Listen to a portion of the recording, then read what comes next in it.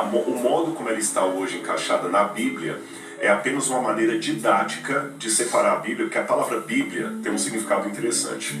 E aproveitando que eu acabei de vir do Líbano agora, então um dos lugares que eu visitei ali muito legais é Biblos. Biblos era um porto fenício que exportava coisas para o mundo inteiro. Os fenícios foram, assim, magistrais nas navegações. Existe até uma teoria não tão fundamentada que os fenícios tiveram no Brasil, vocês sabem disso. E ali em Biblos, eles exportavam, entre as várias coisas importantes, o papel. Então, tem até uma palestra que eu dou, uma vez eu dei uma palestra para comunicadores, Cléster. O que eu vou falar para comunicadores? Eu criei a palestra assim, a comunicação nos tempos antigos, do papiro ao Facebook. Na época era o Facebook. O papiro era um tipo do papel que os egípcios produziam, tá certo? Os egípcios chamavam o papiro de alset, em língua egípcia. Mas como esse papiro ia para de Biblos ser espalhado pelo mundo, os gregos começaram a chamar a planta de Biblos.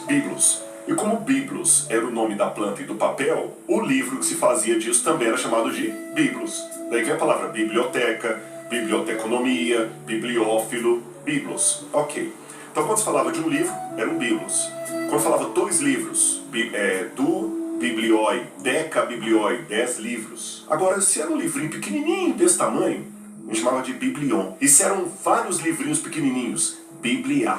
Então, Biblia é o plural grego de biblion, livrinho. Aí vem o nome da Bíblia, que foi João Crisóstomo, que pela primeira vez chamou a Bíblia de Ta Biblia, a coleção dos pequenos livros. Agora, como é que a gente vai organizar essa coleção de pequenos livros para ela ficar clara? Então eles resolveram assim, os 5 primeiros livros da Bíblia são os livros de Moisés. Então vamos colocar tudo aqui num grupo. É igual uma biblioteca, que você separa os livros de economia estão aqui, jornalismo está aqui, teologia e religião está aqui, um sistema de biblioteca.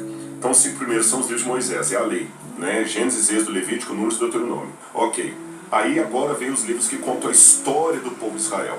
Então vamos colocar todos que contam a história de Israel junto. Aí vem Josué, Juízes, Ruth, Samuel, Reis, Crônicas, Esdras, Neemias, Esther, parou aí. Aí depois vamos colocar os livros que são poéticos. Aí vem Jó, Salmos, Provérbios, Eclesiastes e Cantares. São os livros poéticos. Então eu já falei, a lei, livros históricos, livros poéticos. Agora vamos colocar todos os profetas, tá certo?